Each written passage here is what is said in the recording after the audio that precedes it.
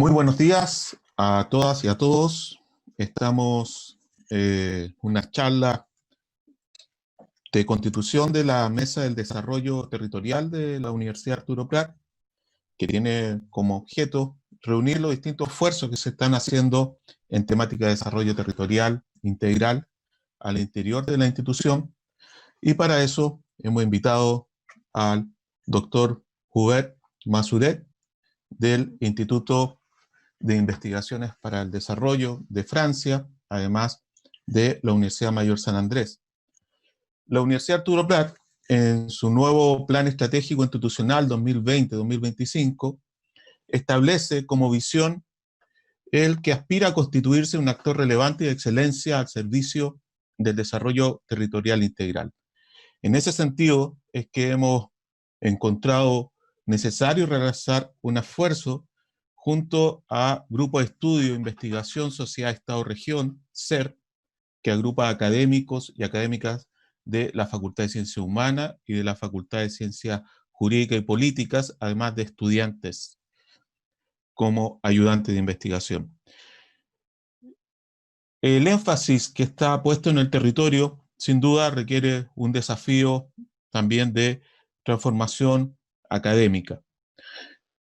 Más aún en un proceso constituyente donde muchas de las propuestas de desarrollo giran entre Estado o mercado, sin tampoco pensar alguna alternativa territorial.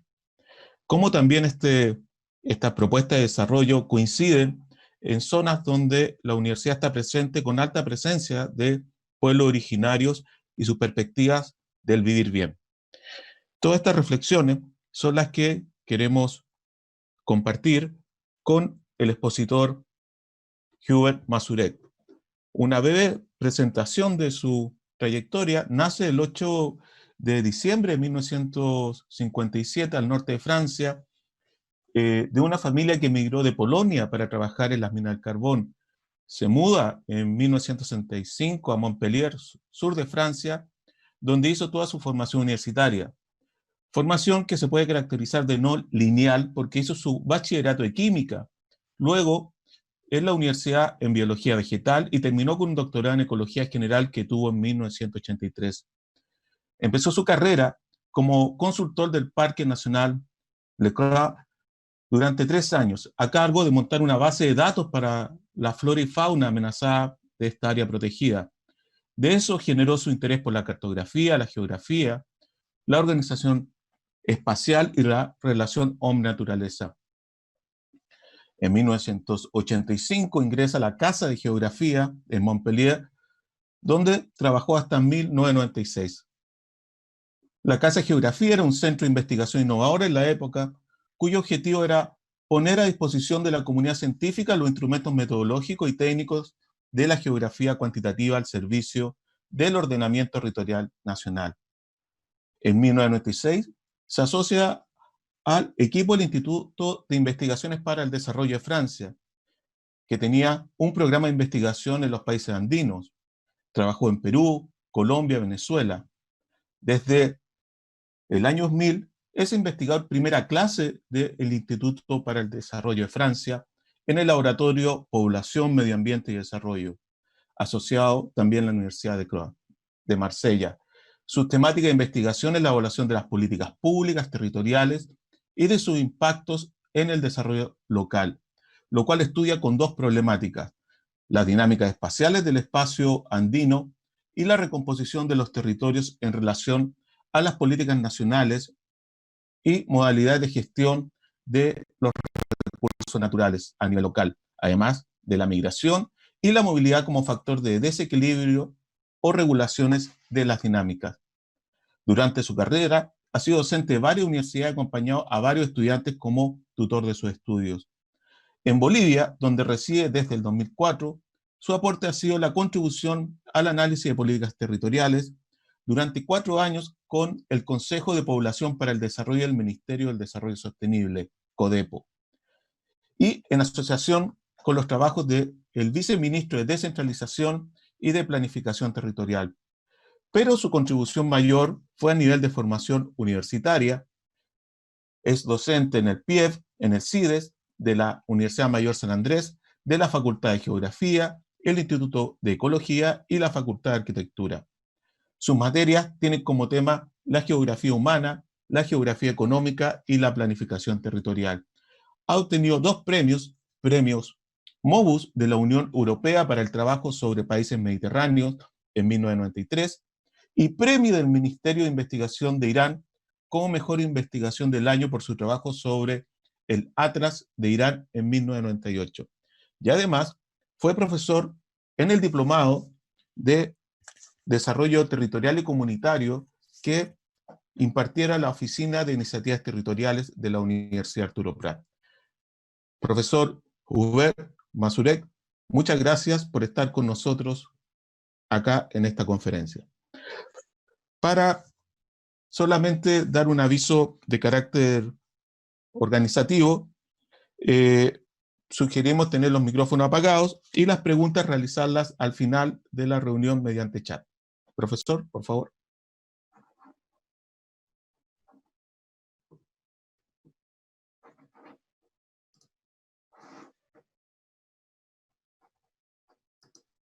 Perdón, ya, no sé si me han escuchado, pero quería agradecer a la universidad por su invitación.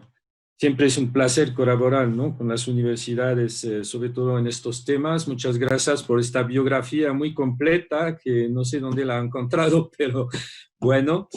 Y lamento mucho no estar con ustedes en presencial, pero espero que será para otra oportunidad, que esta crisis se va a disminuir y que vamos a poder retomar relaciones un poco normales, digamos, ¿no? Entonces, lo que quiero hablar, voy a poner mi presentación.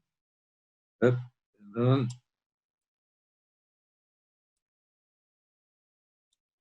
¿Está bien la presentación? ¿No hay problema?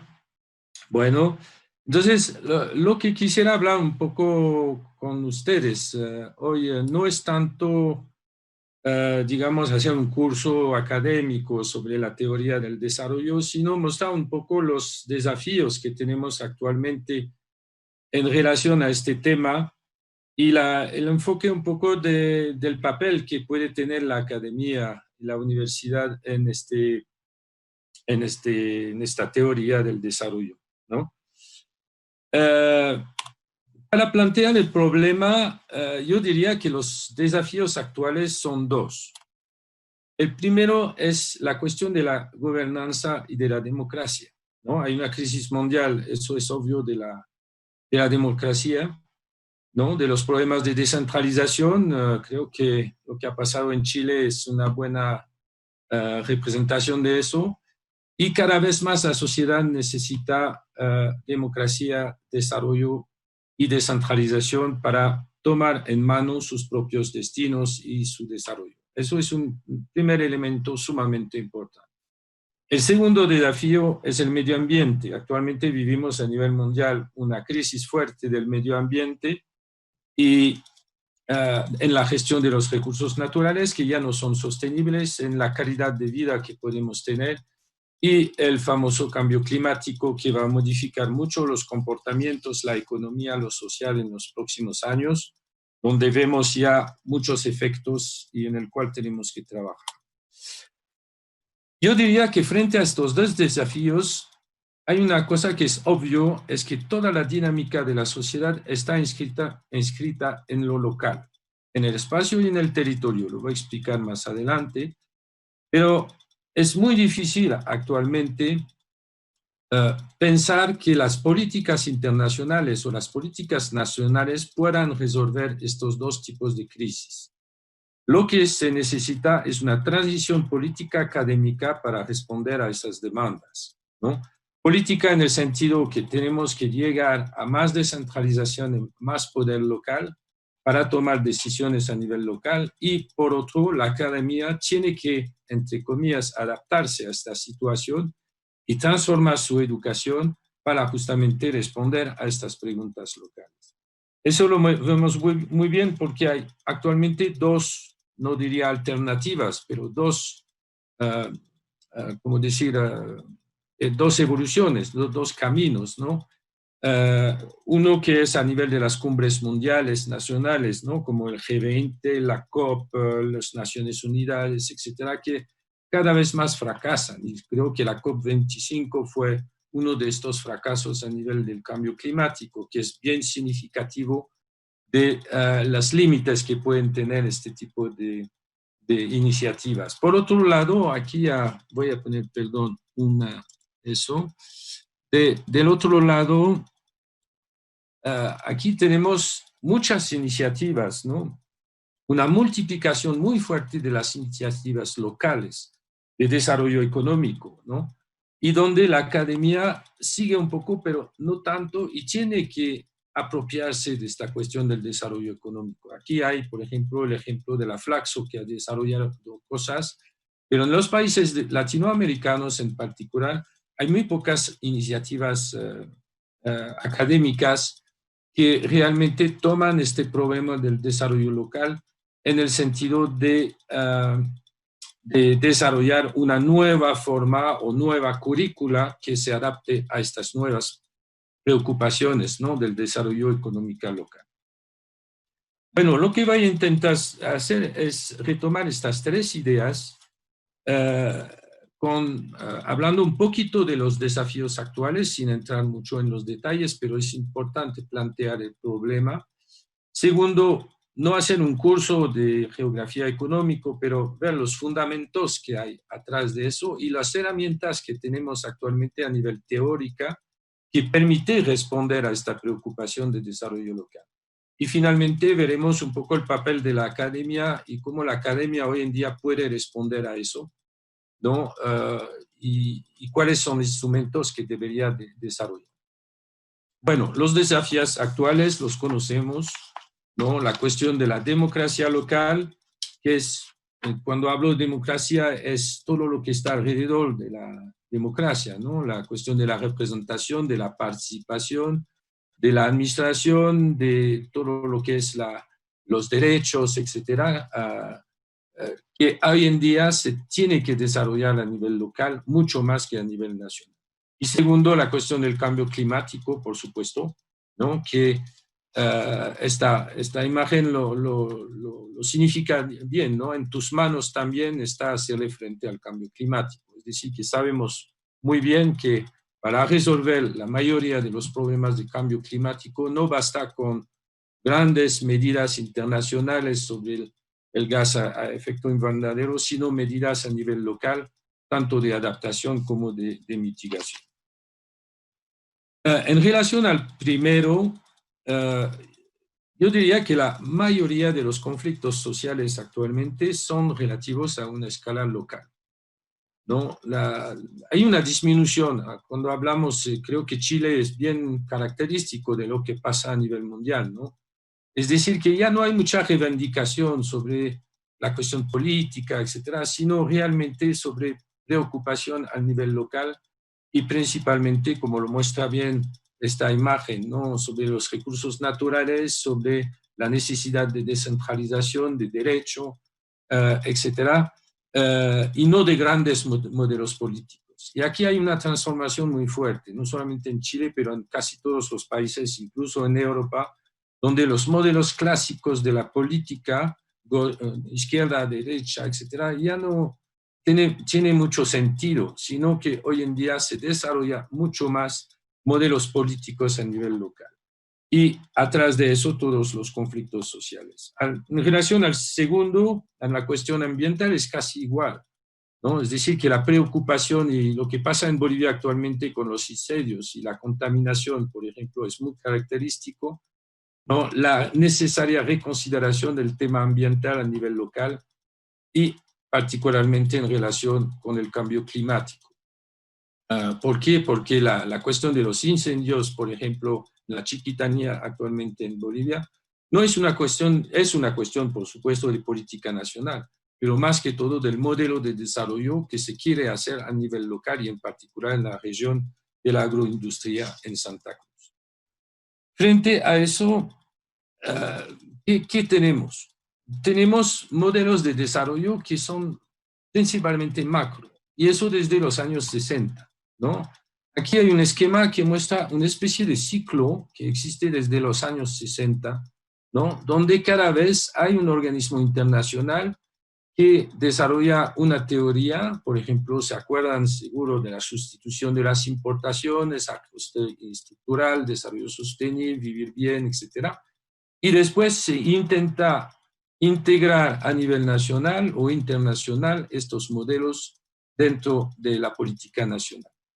Las ODD, los Objetivos de Desarrollo Sostenible, actualmente, o Hábitat 3 para la zona urbana, por ejemplo, actualmente se vuelve el modelo nacional de desarrollo. Pero la aplicación local de eso es lo que estamos trabajando actualmente en Bolivia. La aplicación y las condiciones de aplicación de estas políticas a nivel local todavía no existen. Es decir, que son principios nacionales, pero sin mucha aplicación a nivel local. Y es el modelo, y que aquí hay un punto de interrogación, ¿no? Para saber qué se va a inventar después de los ODS o del Hábitat 3, ¿no? Es que estos modelos no sirven exactamente, no son buenos modelos para el nivel local. Son macroindicadores, ¿no? Y pienso yo personalmente, pero también la teoría lo dice, que hay que romper con este ciclo, ¿no? De las políticas internacionales que imponen modelos que no realmente tienen un sustento a nivel local. La teoría económica evoluciona mucho. Por eso que estos grandes modelos actualmente no funcionan mucho. Hemos pasado desde el modelo de Solow, no sé si hay economista en la sala, pero ustedes se acuerdan, ¿no? Del modelo de rendimiento, de crecimiento económico, etcétera. Hemos pasado de los años 50, este modelo de Solow, al modelo de Romer sobre el modelo de crecimiento endógeno, ¿no? En los años 80, después a un modelo de desarrollo endógeno, ¿no? Con principalmente la contribución de la inclusión de variables de capital humano, de innovación, etcétera, etcétera, y de calidad a nivel de lo productivo, a nivel endógeno en los años 90, y estamos actualmente en los años 2000 el modelo de desarrollo territorial con contribuciones de Maya, Camani, no sé si conocen, un poco de, por ejemplo, de Boissier, que deben conocer en Chile, y actualmente estamos yendo hacia un modelo, digamos, de nueva gobernanza, ¿no? Territorial a nivel local. Es decir, que actualmente a nivel teórico tenemos todos los instrumentos y la evolución de estos instrumentos que van desde el crecimiento nacional hacia lo local, territorial local, y esta teoría de la economía nos da muchos instrumentos para poder trabajar a este nivel. El desafío de la gobernanza, ¿no? Si ponemos aquí, por ejemplo, el modelo de la gobernanza ambiental, se va hacia justamente esta cuestión de lo local. Mecanismos de participación local, de ordenamiento territorial, veremos al final eso, la importancia de la planificación y la generación de gestión de información, ¿no? Actualmente pensamos el desarrollo local como un elemento que va a fomentar el capital social y productivo. Y fomentar un capital social y productivo no se hace a nivel nacional, sino se hace a nivel local a través de la participación, de la planificación y del conocimiento. Por supuesto, y eso, por ejemplo, Camani lo ha dicho mucho en sus publicaciones, el apoyo de las instituciones a través de las normativas, de los incentivos, etcétera, es, por supuesto, fundamental. Lo que se llama el entorno innovador, ¿no? Que es una teoría que se ha desarrollado en geografía económica, que permite ver el enlace que existe entre la iniciativa local y el papel que puede tener la institución pública o privada.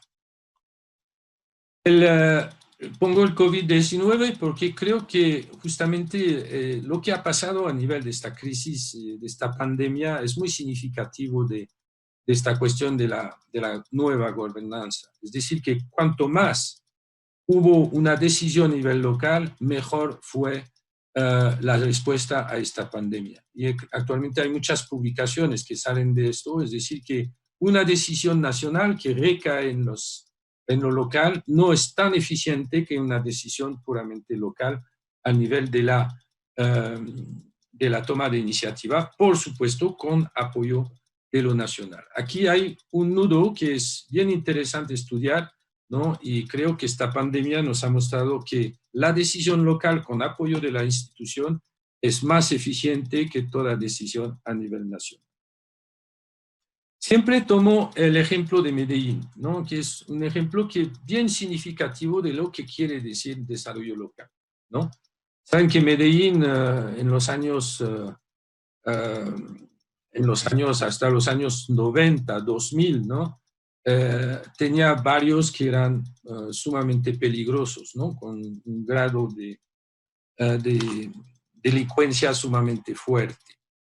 En respuesta a esto, hubo dos respuestas a estas condiciones de la delincuencia, ¿no?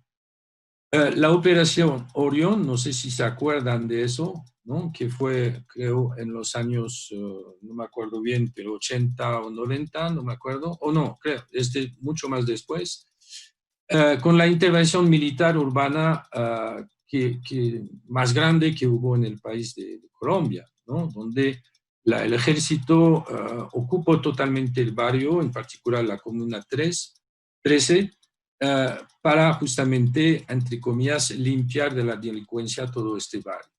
Eso fue una operación gigantesca que costó mucha plata y que al final no tuvo mucho resultado, ¿no?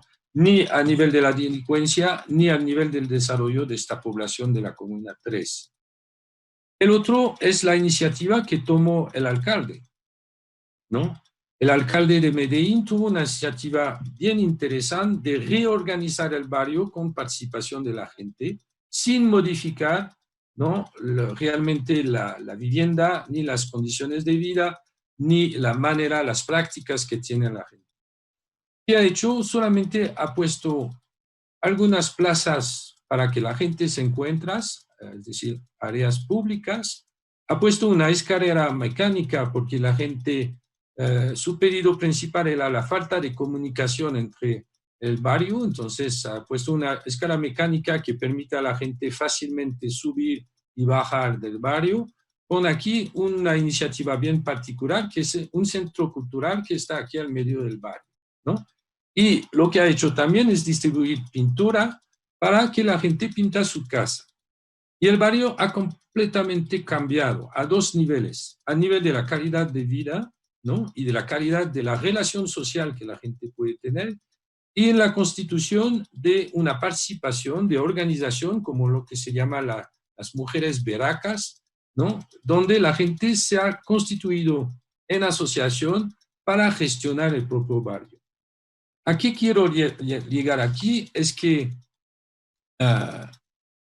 muchas veces se sufre basta de un poco de pintura y el desarrollo se instala, ¿no? Es un poco una imagen un poco caricatural, pero lo que quiero decir es que no siempre se necesita grandes políticas a nivel de desarrollo para que haya iniciativas locales, sino que a veces son pequeñas cosas que pueden iniciar iniciativas locales, ¿no? Y empezar un proceso de desarrollo que va a seguir en el tiempo en la mano de la propia gente.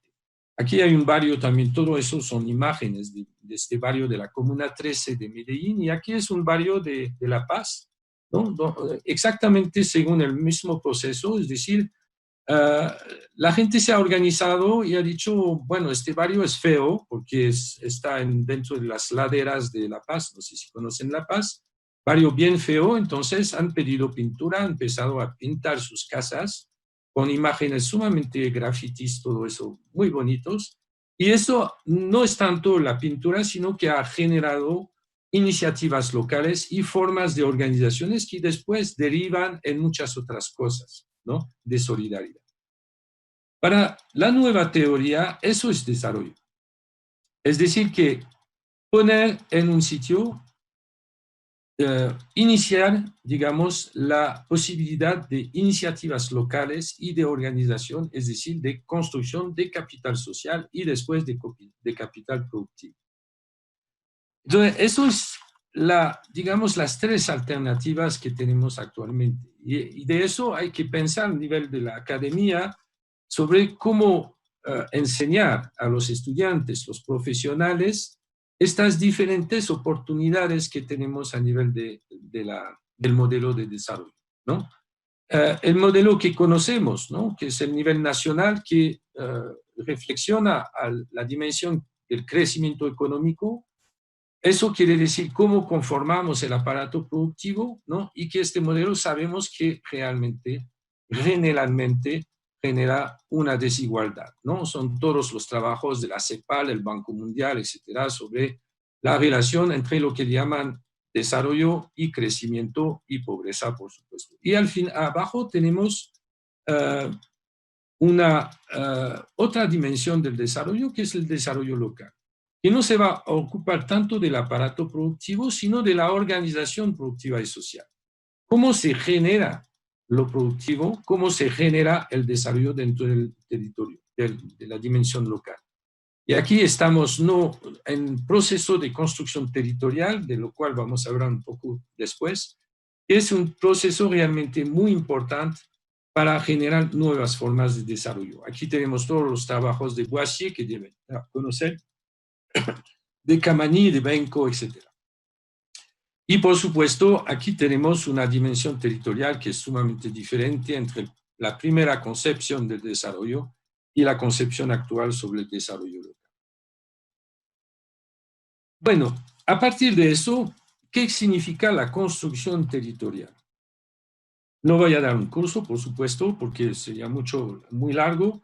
Solamente ver cómo me apoyo un poco en la teoría para ver cómo esta teoría de lo territorial permite mostrar los componentes del desarrollo local, ¿no?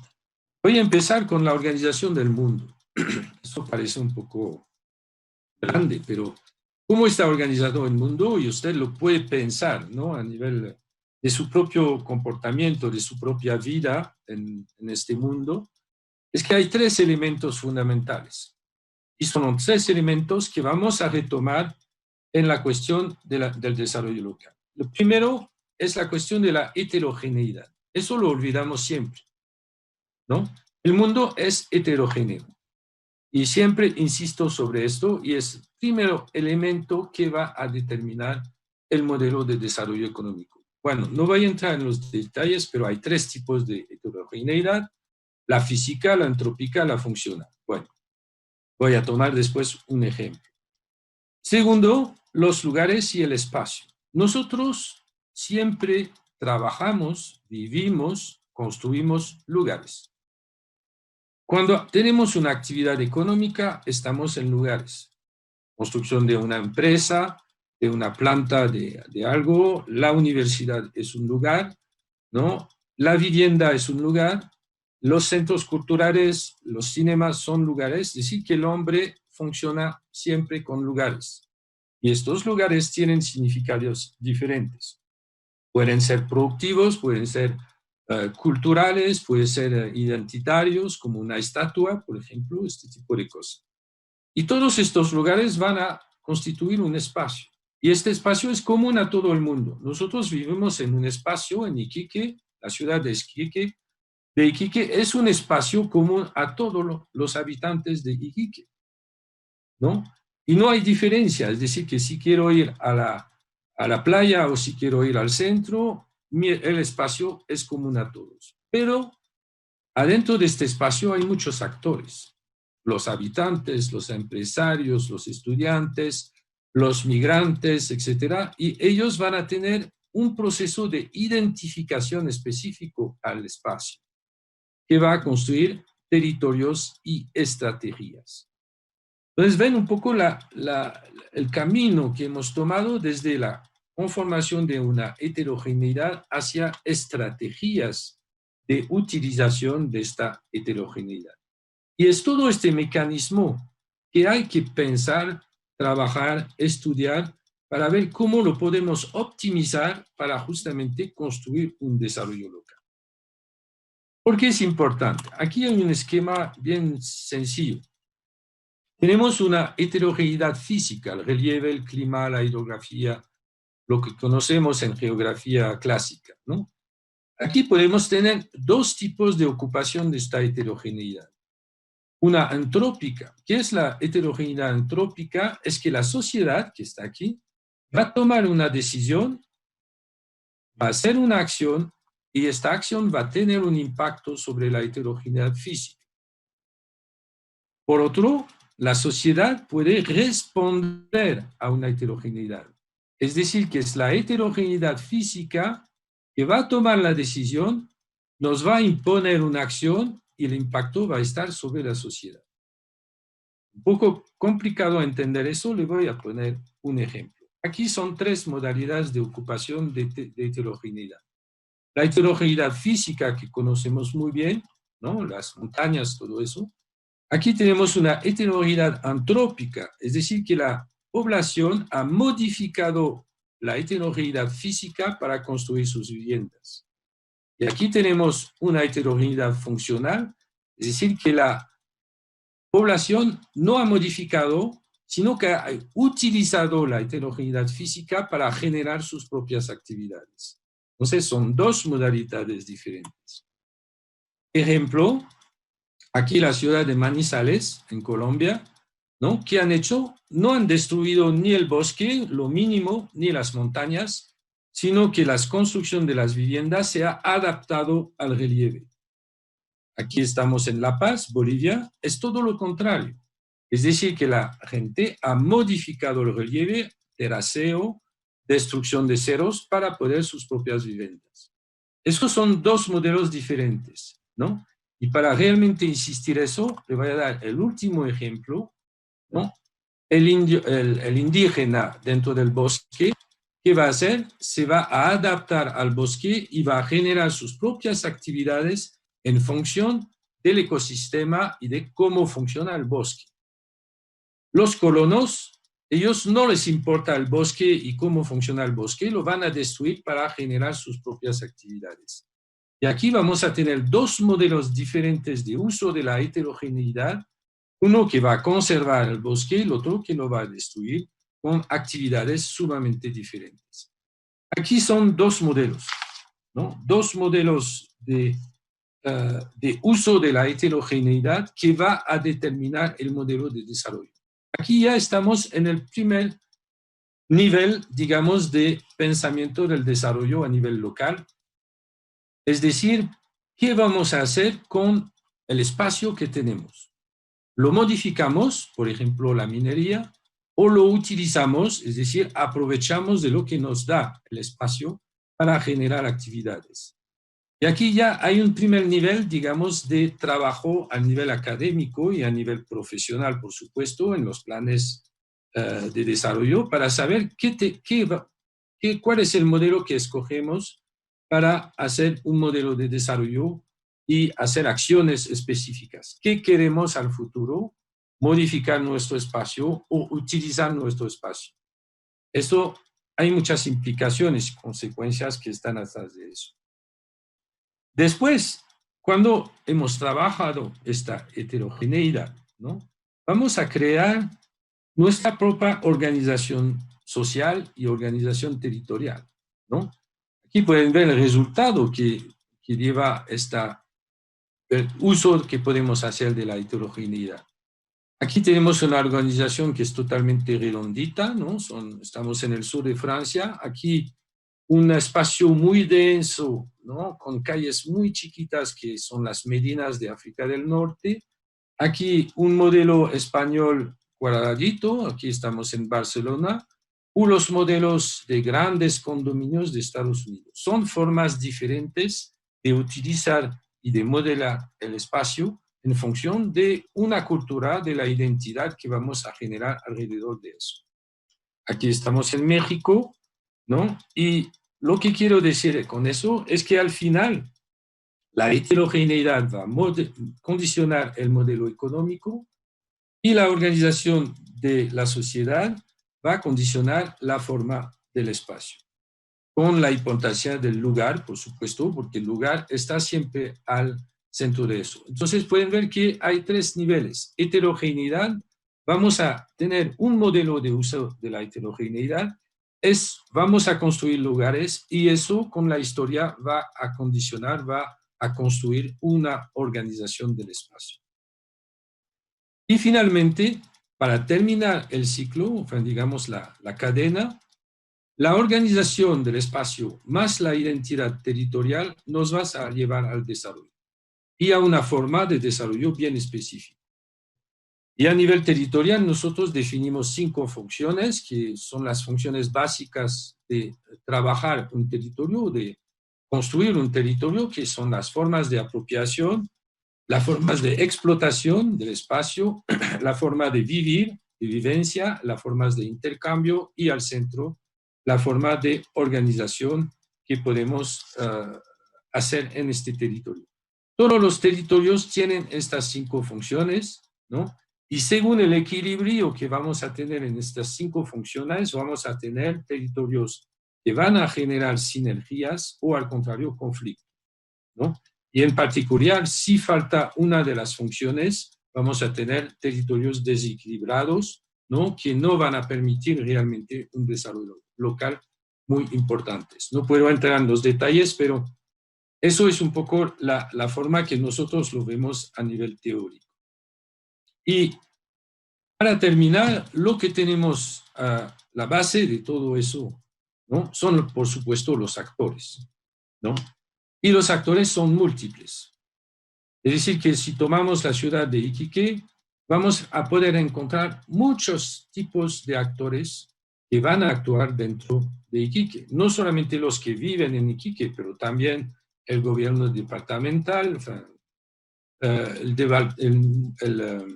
gobierno nacional, las ONGs, instituciones internacionales, todo eso que van a actuar dentro de la ciudad. Hay una forma que hacemos que deben conocer, que son los mapas de actores, ¿no?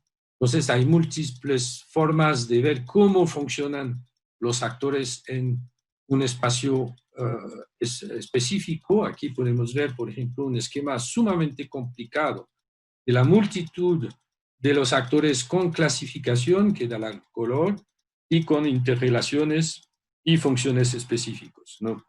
Voy a entrar en los detalles. Por ejemplo, no sé si conocen este documento del análisis de actores del turismo de la ciudad de Valparaíso, ¿no? Que muestra bien los diferentes paquetes, entre comillas, de actores y sus interrelaciones a nivel de una sola actividad que es el turismo. ¿Por qué es importante eso? Porque dentro de estos mapas de actores, ¿no? Cada uno va a tener una estrategia particular. Si tomamos el turismo, por supuesto, vamos a tener muchas estrategias diferentes. Muchos van a querer aprovechar de la ciudad para generar, ¿cómo decir? Financiamiento, generar provecho, ¿no? Beneficios, eso a nivel de su actividad turística, ¿no? Un restaurante, un hotel, gente que va a ocupar un cierto lugar para tener una actividad turística o de deporte, etc. Vamos a tener también actores que van a querer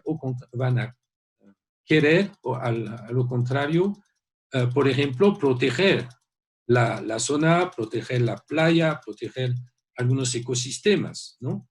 Y vamos a tener actores institucionales que ellos van a intentar organizar todo eso, ¿no? Y digamos que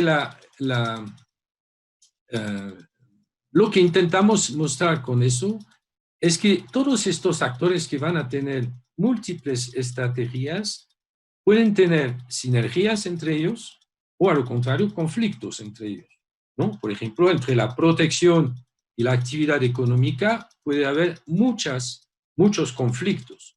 O, a lo contrario, podemos tener muchas sinergias entre ellos para realmente crear un espacio que sea sinergético, es decir, realmente de acuerdo sobre la función que tiene que tener y sobre los mecanismos de funcionamiento. Y es aquí donde tenemos que trabajar a nivel académico y a nivel profesional también.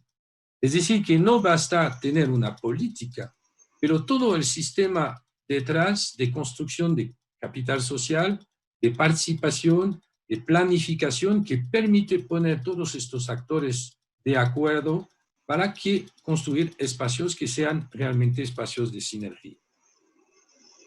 Bueno, ¿qué vamos a hacer con todo eso? Entonces, tenemos una teoría, ¿no?, que habla de heterogeneidad, de lugares, de espacio, de territorio, de actores, etc. Y tenemos atrás muchas herramientas que nos dan esta teoría para justamente implementar, ¿no?, procesos que llegan a territorios consensuados y territorios que tienen lo que llamamos nosotros un proyecto territorial que permite realmente un desarrollo local bastante importante. Un solo ejemplo del proyecto territorial, la construcción de la región. Eso es un término en geografía que es un término un poco ambiguo, pero que realmente es un término sumamente fuerte si lo consideramos como un espacio, ¿no?, un agregado de territorio, un espacio que se define con una identidad común, ¿no?, y que permite la construcción de coherencia a nivel socioecológico productivo. Yo les aconsejo ver lo que pasa al nivel de la ecorregión del eje cafetero en Colombia, ¿no?, que es una región que se define principalmente por una actividad predominante que es la producción de café. Por supuesto, en este eje de ecorregión cafetera no hay solamente café, hay de todo, hay industria, hay muchas academias, hay industrias de todo tipo, hay ganadería, este tipo. Pero la característica de esta región es que tiene una identidad alrededor del café.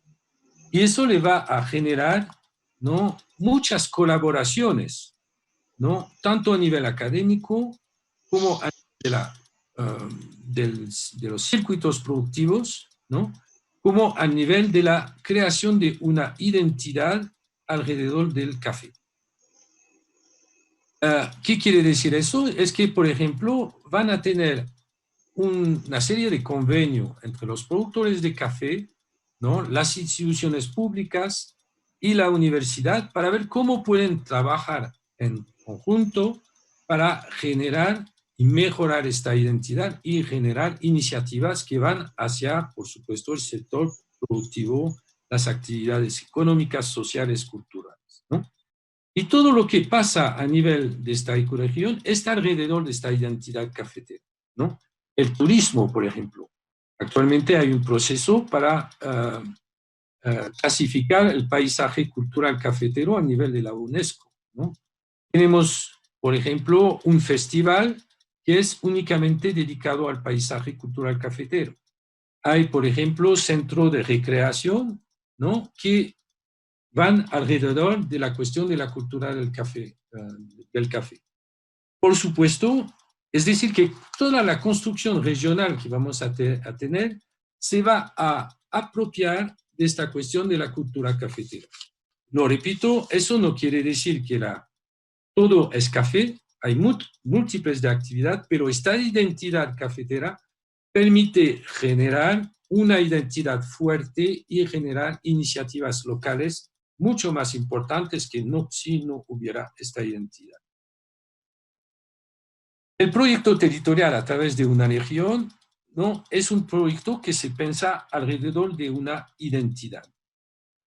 Por ejemplo, de una producción local, o puede ser otros tipos de identidad.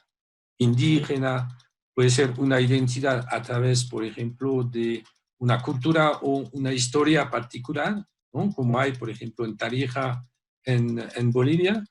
Y eso significa que la construcción de esta región no tiene que ver con los límites administrativos, sino con los límites de la creación de esta identidad, ¿no? Por ejemplo, el ejemplo del vino en Francia, pero en otras regiones.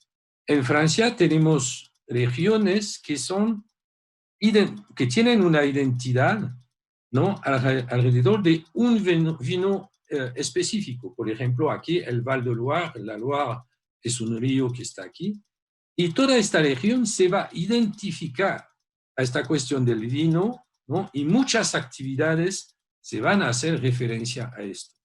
Por eso que, por ejemplo, aquí en una revista se dice Languedoc, que es una región francesa, los nuevos territorios del vino, ¿no? Entonces, la creación de esta identidad va a permitir generar iniciativas específicas, ¿no? Todos tipos de iniciativas en muchos sectores y, por supuesto, esta identidad nos va a servir para generar estas iniciativas. Para eso tenemos muchas herramientas, ¿no? Muchas herramientas que vienen de la geografía, de la economía, de la sociología, también de la ecología, porque ahora tenemos que tomar en cuenta mucho esta cuestión del medio ambiente. Es decir, que la teoría alrededor de este conjunto ha generado múltiples instrumentos que nos permiten implementar eso, ¿no? Los distritos industriales, los entornos innovadores, etcétera. Hay muchas herramientas, que los ecositios, etcétera, etcétera, que nos permiten implementar actividades alrededor de estos conceptos. Aquí son algunas palabras claves, ¿no?, que dan la relación, la interacción entre el espacio, el territorio y el desarrollo, ¿no? La centralidad, la gestión de los lugares, las externalidades, eso es una cosa sobre la cual insistimos mucho, cómo generar externalidades positivas. Bueno, es todo un campo de acción muy importante. La cuestión de la proximidad tecnológica, institucional, organizativa, etcétera, etcétera. La cuestión, por supuesto, de la gobernabilidad, de la gobernanza, de las perspectivas. Todo eso son palabras claves que permiten trabajar todo eso. Pero la idea es que teóricamente es fácil todo eso, ¿no? Pero prácticamente se necesita un cambio de paradigma del desarrollo. ¿Qué quiere decir eso? Quiere decir que tenemos que construir territorialidad y tenemos que construir gobernanza, ¿no?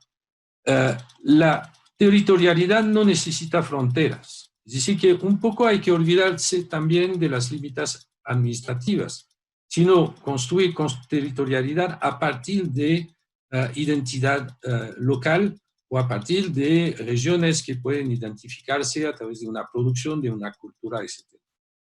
También necesita proximidad, externalidades positivas. ¿Qué quiere decir eso? Es decir, que la construcción de territorialidad necesita crear proximidad entre la gente, ¿no? Como lo decía, hay un montón de proximidades, organizacional, institucional, cultural. La proximidad no siempre es geográfica. La construcción de gobernanza no necesita gobierno, ¿no? La gobernanza, ¿qué es? Es la concertación entre los actores. Es decir, que puede existir una gobernanza, por ejemplo, en una asociación de productores o en asociación de productores con la institución local, la institución pública, con la universidad, con los empresarios, pero no necesariamente pasando por un gobierno en el sentido tradicional del término. Eso quiere decir que la construcción de la gobernanza, como la construcción de territorialidad, va a necesitar una organización y una innovación en la organización, ¿no? Crear nuevas formas de organización que permiten generar esta identidad. Bueno, todo eso nos lleva a saber la respuesta académica. ¿Cuál es la responsabilidad? Yo diría más que la respuesta, la responsabilidad de la academia en todo eso, en esta nueva visión del desarrollo que podemos tener. Actualmente la tendencia, ¿no? Usted lo puede ver aquí, está un boleto que he sacado así casi por casualidad de Guatemala, de la UNESCO, pero si usted busca en internet van a encontrar mucho. Insistimos mucho en la relación que puede existir entre la academia, la institución pública y el mundo empresarial, o el mundo económico de manera mucho más amplio, ¿no? Primero, creo que hay que reposicionar la enseñanza hacia más interdisciplinariedad. Eso nos parece fundamental. Es decir, que no basta con estudiar economía o estudiar geografía, sino que hay que ver la forma de crear nuevas currícula que mezcla un poco, no mezclar, sino que interactúa entre las diferentes disciplinas que tiene que ver con el desarrollo, porque el desarrollo es una cosa totalmente integral que tiene que ver con la sociología, la antropología, comportamiento de la gente, hasta la psicología, ¿no? Es decir, cómo la gente se encuentra en su entorno, cómo se siente y cómo podemos mejorar, ¿no?, la condición de la gente a nivel de la psicología dentro de un entorno específico. Hay mucha gente que trabaja, por ejemplo, sobre eso. Otras disciplinas, la geografía, por supuesto, la economía, la ecología, la ciencia política, etcétera, etcétera. Siempre hay que pensar local territorial, no solamente con límites administrativas, sino a partir de iniciativas locales. Es decir, cómo podemos olvidarnos de los límites administrativos para crear nuevos territorios, ¿no?, o fomentar territorios existentes, ¿no?, que se basan en otra cosa que lo administrativo. Eso lo he dicho, muy importante, construir sinergias académicas con institución pública y sector privado, ¿no? Lo que, por ejemplo, Benko Lipies, no sé si conocen, han hablado del entorno innovador. Todos los distritos industriales, ¿no?, los clusters, son basados en eso, en la relación fuerte entre la investigación, el sector público, el sector privado, por ejemplo, la banca, por supuesto, los empresarios, etcétera, que esta sinergia permite desarrollar un tipo de actividad y de organización productiva particular, ¿no?, que tiene que ver con un entorno favorable a la producción. Incentivar el trabajo de campo. Esto no sé cómo está la situación en Chile, pero en muchos países de América Latina los estudiantes no van al campo. Y eso es dramático, porque nos quedamos mucho en la academia a nivel teórico y no a nivel realmente de la realidad local, es decir, de la realidad que puede tener la población y cómo podemos trabajar esta realidad a nivel de la teoría. Es decir, casi revertir, digamos, la cosa, ¿no? Es decir, favorecer tesis de maestría, doctorado, que asocien construcción teórica y aplicabilidad. No sé si este término es bueno. Es decir, cómo la teoría puede favorecer, alimentar a los profesionales y a la construcción territorial, y cómo esta acción territorial, es decir, cómo trabaja la gente, la realidad social y económica en el campo, permite alimentar esta teoría. Bueno, y último, formar formadores, ¿no?, capacitar a capacitadores a través de intercambio en investigación, pero eso es una cosa actualmente que se desarrolla mucho. Dos pequeñas cositas que tienen que ver justamente, en particular en Chile, con la nueva constituyente. Y aquí la academia tiene una responsabilidad muy fuerte. ¿Cómo van a incluir dentro de esta constituyente la cuestión de la participación y de la planificación territorial?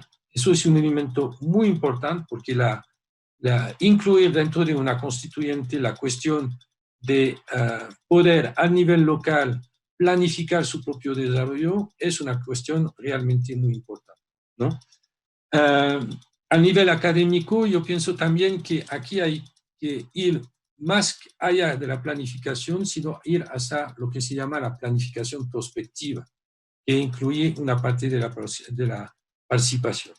La planificación es un elemento muy fuerte que fomenta la proximidad organizacional a través de la capacitación, de la información y de los enlaces, es decir, tener una planificación que sea mucho más eficiente. Es decir, que para nosotros pensamos que la planificación no debe estar en una maestría de planificación, sino incluido directamente en una maestría de desarrollo. Igual para la descentralización, ¿no? Es decir, que la descentralización es un elemento muy importante para el desarrollo local.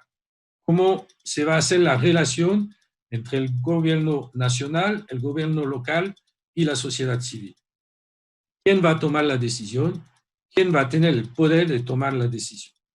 Y aquí, a nivel académico también, hay que insistir que la descentralización no sea tanto un proceso de poder o de administrativo, sino que sea un proceso que permita la construcción territorial y el fomento de identidades locales fuertes.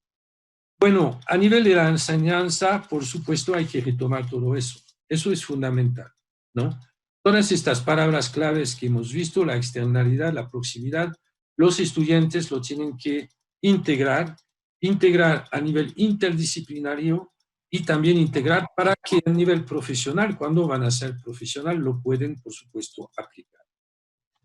Y voy a terminar, sí, una cosa sobre la interdisciplinaridad. Creo que hay que tomar mucho más disciplinas que a nivel nacional.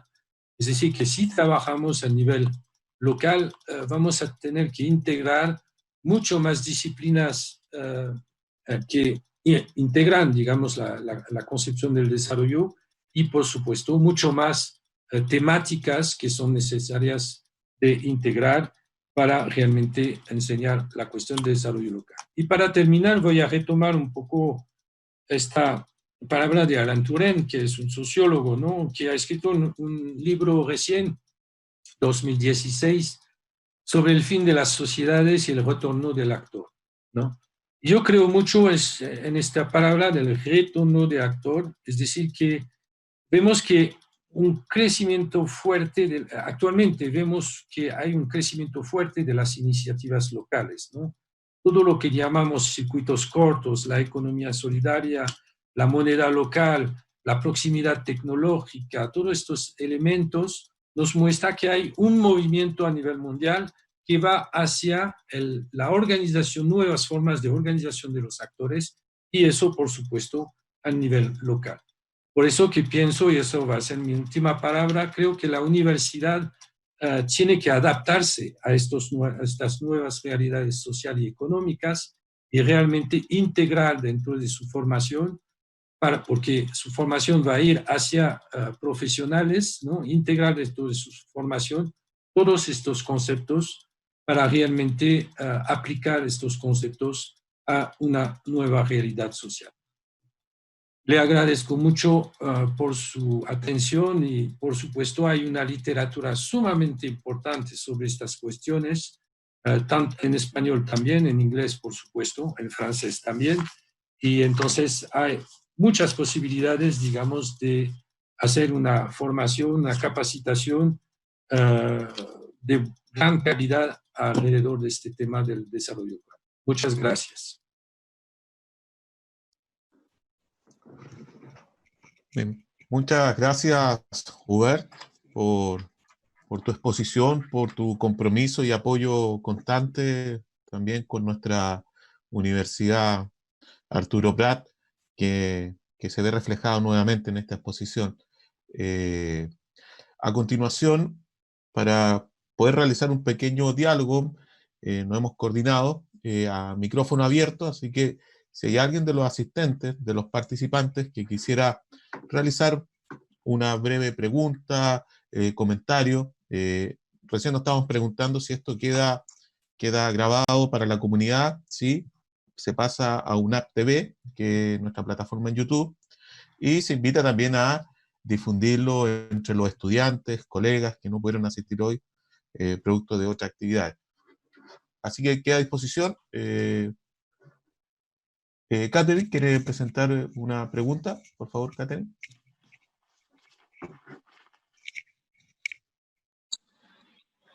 Hola, buenas. Hola.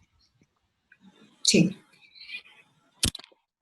Tengo una pregunta que está asociada directamente a lo que significa el desarrollo, digamos, de la planificación en los territorios rurales, ya que una de las grandes problemáticas es que los modelos que están asociados y que se trabajan dentro, digamos, de las universidades, los modelos que son estatales, siempre están muy vinculados a los conocimientos científicos, pero no están involucrados con lo que son los conocimientos tácitos o conocimientos tradicionales de las comunidades. Entonces, siempre existe como una especie de choque, ¿no?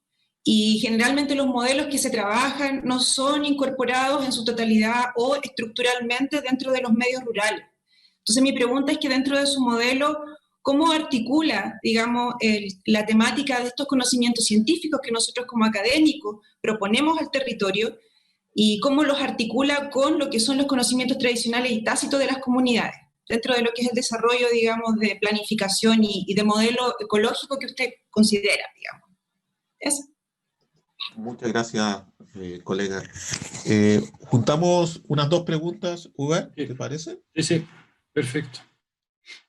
¿Alguien más? ¿Algún otro colega que quisiera compartir alguna reflexión? Veo ahí a colegas del mundo de la ingeniería que tienen un proyecto muy interesante. Miguel y después Julio Ruiz. Ok, hola, buenas tardes. Bueno, muchas gracias por la exposición, muy interesante, sumamente interesante. Mi nombre es Miguel Segovia, soy académico de la Facultad de Ingeniería y Arquitectura de la Universidad Arturo Prat. Nosotros recientemente adjudicamos un proyecto que nos impone un desafío, yo diría, uno de los más relevantes e interesantes que nos ha tenido, a que nos hemos enfrentado como facultad, digamos, y es poder, de alguna manera, cambiar el foco que tenemos específicamente hacia la formación y la docencia, cambiarlo hacia la vinculación con el territorio y colocar todas las herramientas, ¿no es cierto?, nuestra misión de docencia y nuestra misión de la investigación hacia el foco de la vinculación y cómo a través de esa herramienta y de ese foco podemos apuntar a presentar, diseñar soluciones a los grandes problemas que tiene nuestro territorio. Es un desafío mayor y el proyecto tiene varias partes, digamos. Sin embargo, hay una que me gustaría ahora poder consultar y tiene que ver con lo siguiente. Necesitamos o queremos plantearnos un modelo de territorio inteligente, un modelo en el que de alguna manera podamos convocar, ¿no es cierto?, a los grupos privados, ¿no es cierto?, a la administración pública y también a la comunidad, en la toma de las decisiones, en la gobernanza de este proyecto, de manera de aportar hacia el territorio, recogiendo un poco también sus heterogeneidades, digamos, según lo que estaba planteando. Yo no sé si usted tiene alguno o si nos podría presentar algunos modelos de cómo se constituye de alguna forma esto. Nosotros hemos pensado en una especie de consejo, una especie de mesa, ¿no es cierto?, que permita reunir a los actores, ¿ya? Y poder, por una parte, levantar información y priorizarla respecto de cuáles son las principales necesidades del territorio, y después también hacer toda la recopilación de la información y la evaluación final, cómo el proyecto ha podido, ¿no es cierto?, generar soluciones y cómo han sido sus resultados y sus impactos. Yo no sé si hay algunos modelos de eso, digamos, un poco en estos nuevos paradigmas de participación, ¿no es cierto?, y de nuevas gobernanzas. Conocemos lo antiguo, pero no queremos irnos hacia eso. Entonces me gustaría saber si existen algunos ejemplos. Eso es, gracias. Muchas gracias, Miguel Segovia. Una tercera pregunta y vamos a ¿Alguien más? ¿No? Uber, por favor. Claro, ok. El micro, sí, está bien. Bueno, muchas gracias. Bueno, las dos preguntas vienen con el mismo tema, yo diría, ¿no? El tema que es el tema de, entre comillas, cómo vamos a hacer, cuál es el proceso de participación, concertación, reunión de actores que va a permitir construir un proyecto territorial. ¿No? Es eso. La primera pregunta es la planificación. Es que, por supuesto, la planificación, no solamente en América Latina, pero en el mundo entero,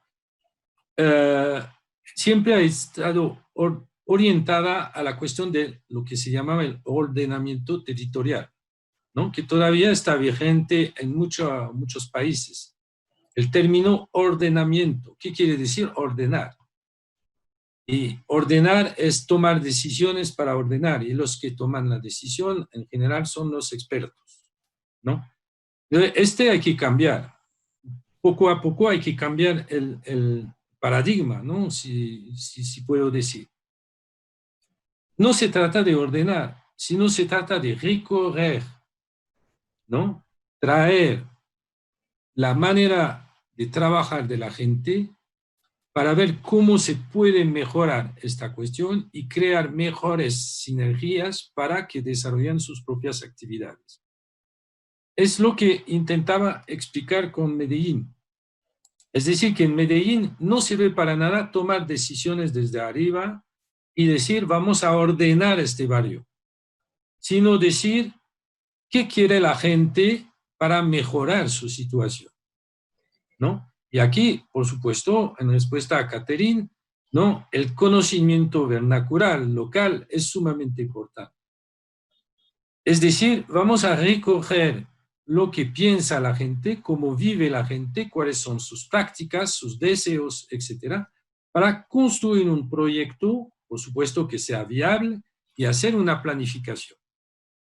Quiere decir que el conocimiento, entre comillas, y las prácticas de la gente y la visión que tiene de la gente de su desarrollo va a ser al centro del problema, y aquí se va a añadir el experto, ¿no? Y la institución pública que, por supuesto, financia, toma decisiones políticas, todo eso. Entonces hay que tomar el problema totalmente al revés, ¿no? Eso significa también que no es necesario, y eso hay muchas experiencias en el mundo y en América Latina que muestran que no sirve mucho poner $1 millón del gobierno para desarrollar un territorio. Sabemos que hay muchas experiencias de este tipo que han fracasado, ¿no? Mejor poner $10,000 en una comunidad, acompañar esta comunidad para que empieza a organizarse de una cierta forma y empieza a desarrollar actividades concertadas, ¿no? Y eso es mucho más eficiente que de poner mucha plata en una acción donde la comunidad no va a tener mucha decisión, digamos. Entonces, para mí es importante revertir el problema, ¿no? Y es un poco en respuesta también a la segunda pregunta, ¿no? El modelo, no hay modelos. Justamente, tenemos que cambiar el modelo. El modelo de la planificación tradicional no funciona, ¿no? La concertación, la participación, que sirve muchas veces a recoger información y no a trabajar con la gente, ¿no? El modelo del ordenamiento territorial no sirve mucho. Actualmente tenemos que desarrollar modelos, ¿no? Nuevos modelos para efectivamente reunir los actores. Y igual, y hay muchas experiencias en esto. Le voy a contar solamente anécdota, experiencia que nosotros hemos tenido aquí en Bolivia. Hace mucho tiempo, antes del gobierno de Evo Morales, bueno, no voy a explicar después lo que ha pasado, pero la idea era de transformar a nivel nacional la metodología de ordenamiento territorial. Actualmente se ha transformado en lo que se llama los proyectos territoriales de desarrollo integral, ¿no? Ya no se habla de ordenamiento territorial, se habla de proyectos integrales de desarrollo, es decir, que toma en cuenta todos los componentes. Pero todavía son cosas muy técnicas de los expertos a nivel de los gobiernos locales. Lo que hemos hecho es que hemos hecho una experiencia de ordenamiento territorial según otra metodología a nivel de la comunidad y a nivel del municipio. Dos municipios, comunidad a nivel de Potosí rural y en nivel municipal de un municipio cerca de La Paz, municipio rural. Lo que hemos hecho es revertir el problema. Es decir, que normalmente los expertos se van allá, dicen, tenemos que hacer el plan para ver cómo podemos hacer acción de desarrollo, ¿no? Y empiezan a recoger información. Nosotros hemos tomado el problema al revés, es decir, que hemos empezado a discutir con las comunidades, ¿no? Expertos del ministerio, la gente de la alcaldía y los comunarios, para decir cómo está organizado su territorio. Es decir, no según una visión del experto, sino según la visión de los comunarios, ¿no? Primero, cómo está organizado su territorio. ¿Cuáles son los problemas que tienen ustedes y cuál es su visión? ¿No? Y hemos empezado a trabajar sobre esta cuestión. Y ellos han encontrado sus propias soluciones porque nosotros les hemos ayudado a encontrar estas soluciones y no al revés, ¿no? Un ejemplo, los viejos, porque los viejos, la persona mayor siempre tienen más conocimiento de su territorio, nos decían, ahora ya no hay agua. Estamos en el altiplano, no hay agua. ¿y por qué no hay agua? ¿Por qué había agua antes? Porque antes había vertientes, había fuentes de agua, todo eso, no teníamos problema. Y entonces hemos empezado a decir, bueno, ¿dónde estaban las fuentes de agua? ¿No? Y nos hemos dado cuenta que la nueva generación no les interesaba estas fuentes de agua. Por ejemplo, habían construido una cancha de fútbol sobre una fuente de agua que habían derivado, que después se había ido al subterráneo. Entonces, es este proceso que hay que hacer, ¿no? Es un proceso donde vamos al campo, trabajamos con la gente y trabajamos sobre lo que piensa, lo que conoce, lo que piensa y lo que quiere la gente. Por supuesto, eso no nos va a llegar a un desarrollo de maravilla con, no sé, multiplicando por 3 o 4 el beneficio. Eso nos va a llegar a generar una capacidad de organización, ¿no? Y de concertación entre los actores mismos. Y implementar dentro de esta organización una cierta metodología para que después el experto se va y ellos mismos sean capaces de reproducir esta metodología entre ellos mismos. Y el proceso es un ciclo que avanza, avanza y avanza. Y lo que hemos visto es que después de unos 5 años, porque hemos retornado, hemos visto que esta organización todavía existía en formas diferentes, ¿no? Esta organización de la gente del proceso de concertación y que habían avanzado en muchas iniciativas que ni nosotros hubiéramos pensado, ¿no? En particular en relación a la actividad de la mujer, etcétera, etcétera. Entonces, para resumir, yo pienso que la cuestión de la planificación ya hay que eliminar el término de ordenamiento y hay que pensar a una planificación estratégica, ¿no? Es decir, nuevas modalidades que hay que formalizar en reglamento, normas, etcétera, pero modalidades de una planificación que sale del campo y no que va al campo, ¿no? Y para mí eso es realmente el punto central para realmente generar una capacidad a nivel local y lo que se llama un capital social o organizativo, productivo, etcétera, que sea realmente adentro de la sociedad local. No sé si he respondido a la pregunta. Hola. Muchas gracias, Hubert. Vamos a dar paso a una última ronda de preguntas. Habían 2 preguntas solicitadas. Por favor, colegas.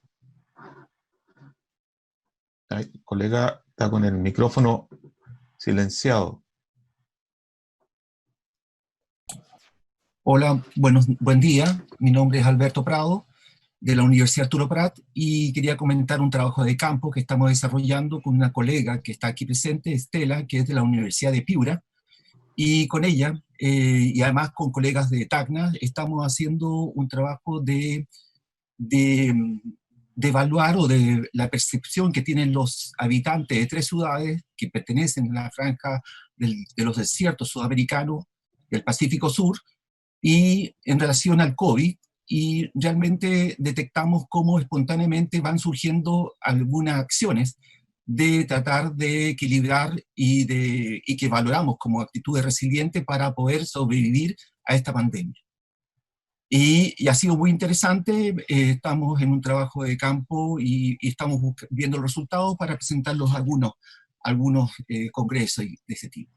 Pero nuestra labor tiene un elemento que se adapta totalmente. Creo que tu trabajo sirve como orientación a todo lo que estamos desarrollando, pero llegamos a un tope porque esto, como toda acción en el espacio, es un acto político. Y la instancia para llegar más arriba y tener un impacto dentro del gobierno municipal que nos apoye en este desarrollo significa que tenemos que entrar a un rol político. Y que esto se detiene, porque realmente en algunas instancias el momento político te lo detiene. Entonces, ahí es donde está el asunto. O sea, ¿qué hacemos? ¿Qué hacemos? ¿Ya? Porque esto nos vamos, como universidad, siempre estamos aquí tratando de integrar, siendo actores dentro de un proceso de mediación cultural importante, que tenemos que tener un rol y definir el rol como universidad. Tener liderazgo, pero siempre estamos en ese tope. Y ahí quedamos. Gracias. Muchas gracias, colega. Hay dos preguntas más, Sí. de Alexander Pérez y después Julio Ruiz. Hola, buenos días a todos. Bueno, mi nombre es Alexander, yo pertenezco al Instituto ILUGA y le quisiera preguntar al profesor Hubert. Profesor, según su experiencia bueno, en Latinoamérica y en el mundo en general, ¿cuáles son las mejores prácticas a nivel de la academia, de la universidad, para poder generar esta interdisciplinaridad entre las diversas ciencias, diversas temáticas, líneas de investigación, etcétera? Y luego a abordar y vincularse con los actores del territorio, ¿no? Y la gobernanza y mejorar la participación. Usted hablaba recién que hay que crear los modelos, pero hay que ver también y copiar lo bueno, ver esto, una especie de benchmarking, buscar cuáles eran los resultados, cuáles no, porque claro, los conflictos y los problemas siempre van a estar presentes y van a depender de la forma de administración de los territorios a nivel nacional, local. Entonces me gustaría saber cuál de usted, creo que usted resalta mucho el ejemplo de Colombia, del tema manicero, si hay otros más en Latinoamérica donde mirar, o en Europa. Eso, gracias a todos.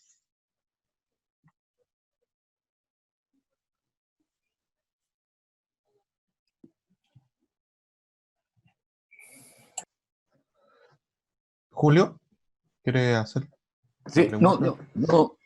quisiera hacer unos comentarios, si me permiten, breve. Primero, felicitar a la iniciativa que ha tomado la universidad de colocar este tema y particularmente a la dirección de vinculación y la muy buena exposición eh, de, eh, del colega que creo que aquí estamos ante un desafío enorme como universidad, justamente cambiar el paradigma en función de esta perspectiva de un nuevo modelo de organización o de vinculación básicamente de nuestra universidad, de nuestra academia, respecto al territorio que nos circunda, de la cual somos parte. Yo solamente quisiera señalar que una de las preguntas que tenemos que hacernos es cuánto conocemos de los actores sociales relevantes de la realidad regional. Y creo que es bueno entonces todas las experiencias que se están realizando de trabajo de campo, quizás hacer un pequeño encuentro de todas esas experiencias, ver los aprendizajes, las lecciones que podemos obtener e ir generando un conocimiento sobre esta materia. Reconociendo que hay una dimensión política, como decía el colega anteriormente, parte del problema del desarrollo territorial es justamente su dimensión política, la calidad de los liderazgos políticos, y eso es parte de la reflexión que también tenemos que hacer, por cierto, y su modo de vinculación con los actores sociales. Sabiendo que estas concertaciones territoriales que generan proyectos de identidad no es solamente la triple hélice, ¿no es cierto?, gobierno, academia, sector privado, sino también la sociedad civil y los trabajadores, que muchas veces se nos quedan atrás. En muchas experiencias hoy día se habla de la múltiple hélice, ampliando el arco de actores en este sentido. Y por último, hay mucha experiencia internacional en esto en América Latina. Les comento, yo soy parte de ese, al menos, espacio. Existe una red de desarrollo territorial de América Latina y el Caribe, donde participan diversos países con experiencia y expertos sobre esto, y con miembros de universidades y organismos internacionales que han ayudado a generar proyectos, y hay mucho material que se ha ido armando de procesos de desarrollo territorial, de facilitadores, de formación, de formadores, de investigación, acción en este sentido, que creo que puede ser rico para nutrir el proceso que está desarrollando la universidad. Yo creo que tenemos que aprovechar la experiencia existente en otras universidades públicas del propio país, e internacional de América Latina, porque la problemática nuestra es común, y es, como bien decía el profesor, un desarrollo más bien de abajo hacia arriba, donde hay que volver, como decía Touré, a los actores sociales para hacerlos protagonistas de estos procesos. Y nosotros, como universidad, vamos a ser facilitadores de estos procesos, agregando, obviamente, una formación preacadémica o de pregrado y eventualmente posgrado, que acompañe estos procesos y genere una contribución más sinérgica al desarrollo del territorio. Eso no más quería comentar. Gracias. Muchas gracias, Julio.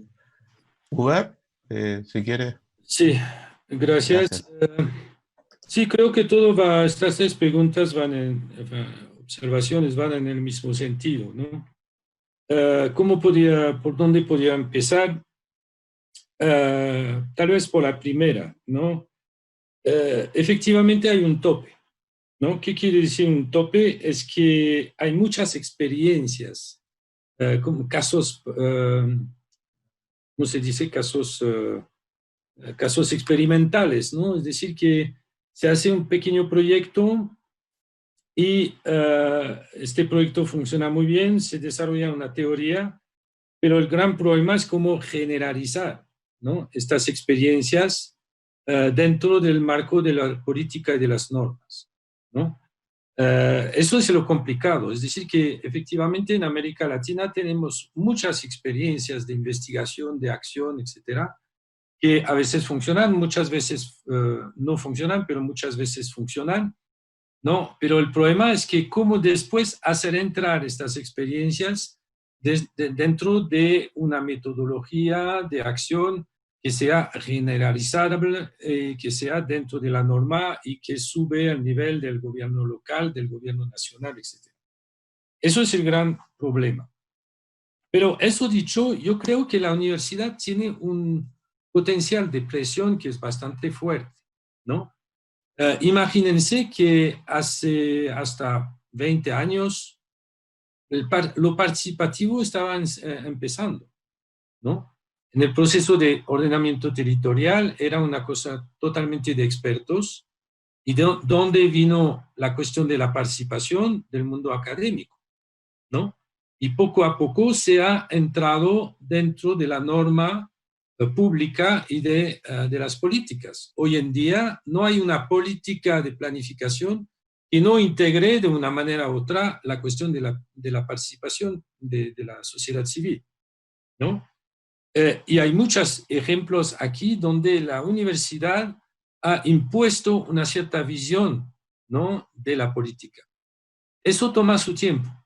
Es decir, que se puede evaluar, y hay mucha gente que lo ha hecho, que cuando hay una idea científica que aparece, se necesita 20 o 30 años para que entre en la política, ¿no? Y eso lo podemos saber. Entonces, la cuestión es un poco cómo acortar este tiempo, ¿no? Es decir, cómo nuestras ideas a nivel de la investigación puede entrar más fácilmente al nivel de la política. Y yo pienso que es justamente trabajando en lo local. Es decir, que si estamos convencidos de una cierta cosa a nivel teórico y que tenemos una buena participación, una buena coordinación con la institución pública y la sociedad civil a nivel local, esta idea va a entrar mucho más fácil, ¿no? Y después va a subir también mucho más fácilmente. Y yo pienso que es esto. Por ejemplo, un ejemplo, ¿no? Bueno, es en Europa, en Marsella, donde tengo la universidad, en Francia, hemos empezado a trabajar sobre la cuestión de la naturaleza en la ciudad, ¿no?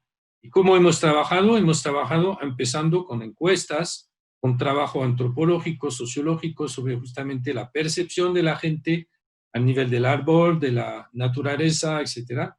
Y hemos generado una corriente de asociaciones, ¿no? Asociaciones en el sentido de agrupación de personas que han empezado a vegetalizar sus calles, ¿no? Y en Marsella, si usted va allá un día, pero hay muchas ciudades donde ha pasado el mismo proceso, ahora tenemos calles que son totalmente vegetalizadas con plantas, flores, árboles, todo eso, a iniciativa de la gente que vive aquí, ¿no? Por supuesto, el político se interesa a eso. Hay un movimiento aquí que es bastante interesante.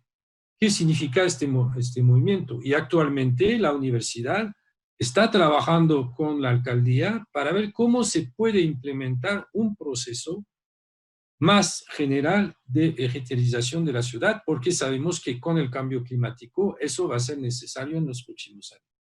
Entonces son procesos que se hacen poco a poco y yo pienso que a nivel local se puede hacer. A nivel nacional es mucho más complicado. Y por supuesto, nosotros esperamos que dentro de 5 años, tal vez 10 años, todas estas experiencias que hay a nivel de las alcaldías sube a nivel nacional para que haya una nueva reglamentación al nivel de los vegetales dentro de las ciudades, ¿no? Es decir, en París, por ejemplo, actualmente hay un fuerte proceso de vegetalización también, y hay muchas experiencias a través del mundo que se están desarrollando. Actualmente en La Paz, por ejemplo, que es una ciudad bien complicada, hay una reflexión con la alcaldía sobre construir una ciudad verde de altura, ¿no? Que es bien complicado, pero que es un proceso que entra poco a poco en la alcaldía. Eso es la primera cosa. Segunda cosa, la universidad es para hacer teoría, es académica, no hay que olvidar eso. Es académica y es disciplinaria, ¿no? En Francia, por ejemplo, tomo Francia porque yo he vivido mucho tiempo aquí, nunca hemos podido imponer dentro de las universidades la cuestión de la interdisciplinariedad a nivel de la organización de la universidad. La organización de la universidad es química, física, sociología, geografía, etc. Y no van a cambiar eso. ¿Saben por qué? Porque hay Shanghái, ¿no? La clasificación de Shanghái, porque los profesores quieren que su disciplina se desarrolle a nivel teórica y no se va a mezclar con la otra. Entonces, aquí creo que vamos a tener que tener muchos años antes que la interdisciplinariedad realmente se introduce dentro de la organización misma de la universidad. Si ustedes lo pueden, sería perfecto, es decir, crear una currícula específicamente interdisciplinaria. Lo que se puede hacer, ¿no?, es la colaboración entre las diferentes disciplinas, ¿no? ¿Qué quiere decir eso? Es decir, plantear proyectos de investigación que necesitan varias disciplinas. Y a partir de eso, ver cómo se puede implementar un discurso, un trabajo en común, cuál es el vocabulario común, cuál es la cuestión común, cuál es la metodología común que podemos desarrollar para crear este proceso interdisciplinario. Eso tiene una ventaja, es que cada disciplina, la sociología va a ser sociología, ¿no? Los estudiantes van a hacer encuestas y procesos sociológicos, la geografía también, pero al final va a haber una discusión, ¿no?, para ver qué se puede poner en común entre los dos, ¿no? La experiencia más evidente en eso, en América Latina en particular, es la cuestión de los riesgos naturales. Si miran en Argentina, en Colombia, no conozco bien la situación en Chile, ¿no?, pero en varios países, ¿qué pasa? La geografía trabaja sobre riesgos naturales en geografía. La sociología sobre la percepción de la gente, las prácticas, los comportamientos. La psicología sobre el peligro, la percepción del peligro, etc. La economía sobre los daños. Pero al final, el riesgo natural es una cuestión integral.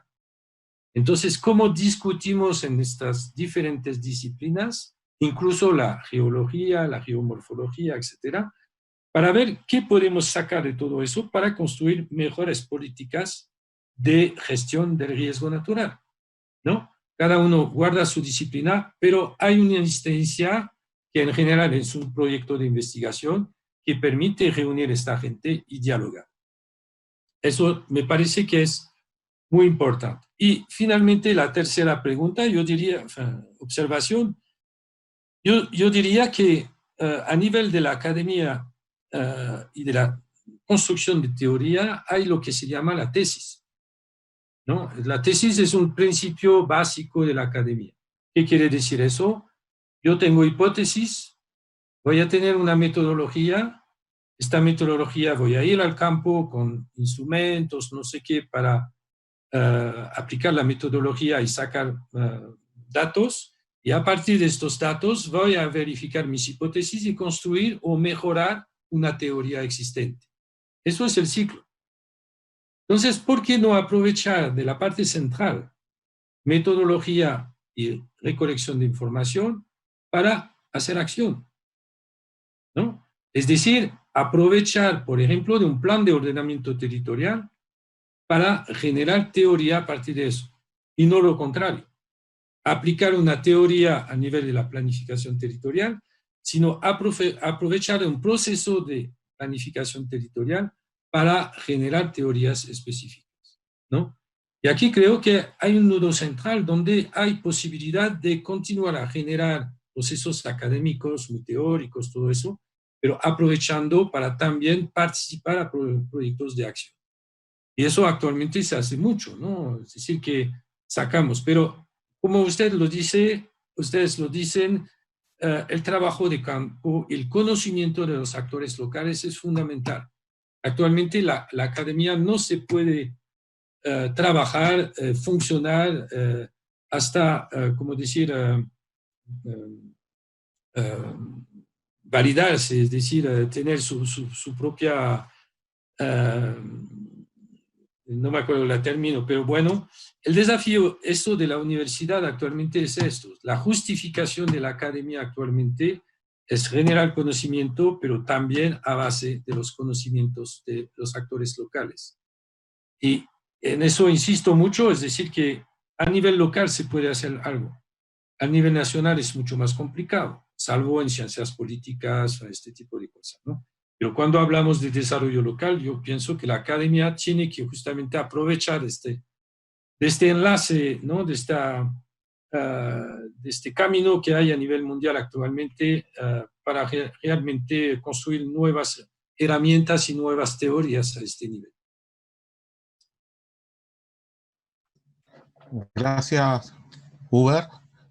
Hay una última pregunta que han solicitado de la colega Catherine Rosas. Sí.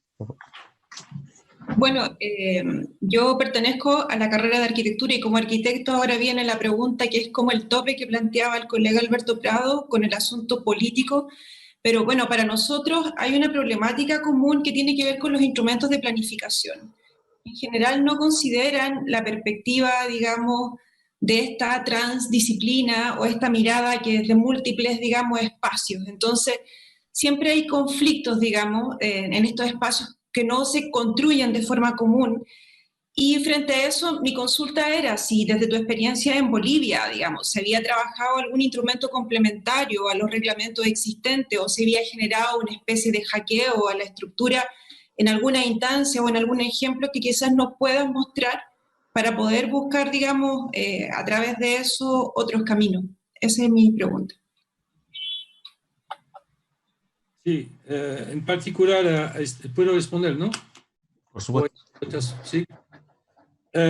Sí, a este nivel, sí, la cuestión de la arquitectura es bien característico, ¿no? Sobre todo en Bolivia. Bueno, no conozco bien la situación en Chile, cómo funcionan las escuelas, pero aquí es arquitectura, punto, ¿no? Es decir, que hemos intentado incluir una carrera de urbanismo, por ejemplo, no hemos podido lograr. ¿Por qué? Porque el urbanismo necesita introducir a sociólogos, ecólogos, este tipo de cosas para entender la ciudad más que construir edificios, ¿no? Bueno, eso es a nivel académico, efectivamente es sumamente complicado generar una transdisciplinariedad. Pero igual, lo que se puede hacer es a través de proyectos, ¿no? Hay una norma, por supuesto, pero ¿qué impide, sobre todo a la academia, una institución pública, es decir, una secretaria de alcaldía? Él no puede salir de la norma. Es muy complicado para él, ¿no? Pero nosotros como académicos no nos impide salir de la norma. Si hay una norma de ordenamiento territorial, una metodología específica, la tenemos que cumplir, pero podemos hacer muchas cosas alrededor, ¿no? Eso no hay muchos problemas para un investigador. Entonces, ¿qué quiero decir con esto? Quiero decir que, por ejemplo, en un proceso de planificación urbano, ¿no? Vamos a tener que respetar una cierta norma de metodología, ¿no? Para planificar la zona. Pero ¿qué nos impide como investigador de conformar un equipo transdisciplinario con arquitectos, sociólogos, ecólogos, geógrafos, no sé quién, ¿no? Para ver qué podemos hacer más que esta norma, más que esta metodología? Eso es totalmente factible. Por ejemplo, aquí lo hemos hecho en Bolivia, en La Paz. Saben que Bolivia es complicado hacer este tipo de cosas, porque, bueno, el nivel académico, disculpe lo que voy a decir, pero es bastante bajo, ¿no? Y es bien difícil hacer comunicar a la gente las diferentes disciplinas entre ellas, ¿no? Le puedo contar una anécdota muy rápidamente sobre geografía, por ejemplo, en la UMSA, ¿no? Geografía ha construido un edificio. El edificio está en U, ¿no? Así. De un lado han puesto geología, del otro lado han puesto geografía. Y los dos se pelean con piedras de un lado del edificio al otro. Entonces, para ver el nivel que hay actualmente de interdisciplinariedad, ¿no? Es una anécdota, pero bien significativa. Pero lo que se puede hacer es en base a un proyecto. ¿Qué quiere decir esto? Por ejemplo, actualmente, como les decía, estamos trabajando en vegetalización. Entonces, vamos a ver arquitectura para decir, ustedes no solamente tienen que construir edificios, sino que tienen que construir todo lo que hay alrededor del edificio. Y, por supuesto, respetar la norma. Es decir, que normalmente por número de población que hay en el edificio, tienen que respetar una superficie en área pública y área verde. Lo que nunca hacen, ¿no? Pero hablamos con la Escuela de Arquitectura para decir cómo podemos hacer eso. Por otro lado, tenemos ecología. Ecología, le hemos preguntado qué podemos hacer como área verde, qué podemos poner como planta, como árboles, este tipo de cosas, y dónde lo podemos poner, ¿no? Tercero, los sociólogos, que han querido participar en esta acción sobre la percepción de la gente a nivel del árbol, porque el gran problema de la sociedad andina boliviana es que no les gusta el árbol, siempre lo cortan, ¿no? Entonces, ¿cómo lo ven y cómo podemos hacer? Y después, con todo eso, puedes reunir a esta gente. O si no se quiere reunir, por lo menos puedes aprovechar de toda esta información o formar un pequeño comité y ver cómo todo eso se encaja, cómo todo eso se puede desarrollar, se puede mejorar, etcétera, ¿no? Eso es cuestión de voluntad. Nos ha tomado como 5 años para hacer eso, ¿no? Es tiempo. Pero creo que vale la pena porque finalmente de la experiencia que tengo en varios lugares, finalmente la gente al final trabaja juntos, ¿no? Ve el interés común de trabajar juntos y de desarrollar proyectos que sean mucho más integrales. Pero eso es obvio y bueno, hay que estar consciente de eso, es que eso toma mucho tiempo. Pero la academia tiene tiempo, eso es su ventaja, ¿no? Es decir, que normalmente la academia no es proyectos así al día o al mes, sino que siempre es un proceso bastante largo, ¿no? Y eso es un poco la ventaja. Y la academia tiene otra ventaja, es que es mucho más estable que la institución pública o que las organizaciones sociales, ¿no? La academia trabaja al tiempo mediano o largo, entonces su ventaja que hay que aprovechar para generar este tipo de cosas. Muchas gracias, profesor Hubert, por su disponibilidad nuevamente de compartir con nosotros su tiempo, ¿no? Digamos, estamos abusando un poco de su disponibilidad. Habíamos pensado en 40 minutos, pero ha sido un diálogo muy enriquecedor. Sí, muchas gracias. Sí, realmente, bueno, en presencial sería mucho más interactivo, ¿no? Pero estoy a su disposición para cualquier cosa, para documentación, para seguir la discusión si quieren, ¿no? Ustedes tienen mi email y todo eso, entonces, por supuesto, no hay ningún problema. Y realmente muy encantado de seguir esta colaboración con la Universidad de Arturo Prat, ¿no? Muchas gracias. Bueno, damos por cerrada esta constitución de la Mesa de Desarrollo Territorial. Todos y todas invitadas de la comunidad universitaria. Vale la pena este esfuerzo de orientar la universidad al desarrollo. Creo que nos podemos destacar como universidad regional a nivel nacional, incluso internacional. Así que muchas gracias a todos y a todas por su asistencia y nos veremos en una próxima oportunidad. Hasta luego.